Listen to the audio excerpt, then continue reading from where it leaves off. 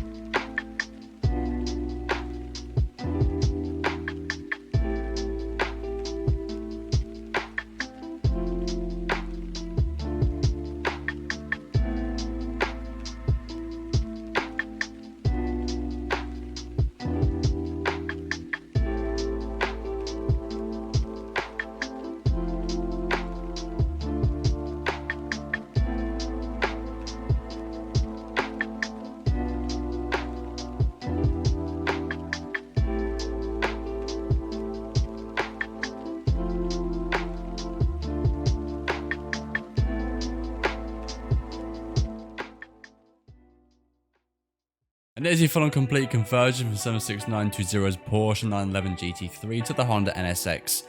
And it's better, but it's not great.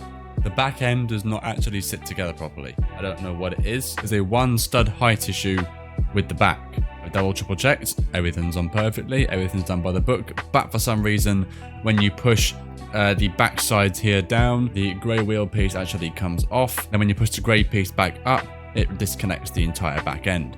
I've managed to find a happy medium for now. It's kind of like half on, half off, and that's what I've got to run with. The left side mirror keeps falling off every 2 seconds. It fell off about 15 times, and I had to rebuild the back, which took about 15 minutes because it all fell apart when I tried to put it together. Other than that, you've got a very nice looking Honda NSX. Like I said, good, not great. It's better. I was actually able to fully build it. But yeah, this is not a miss because you actually have an end result here. You got to be extremely, extremely careful.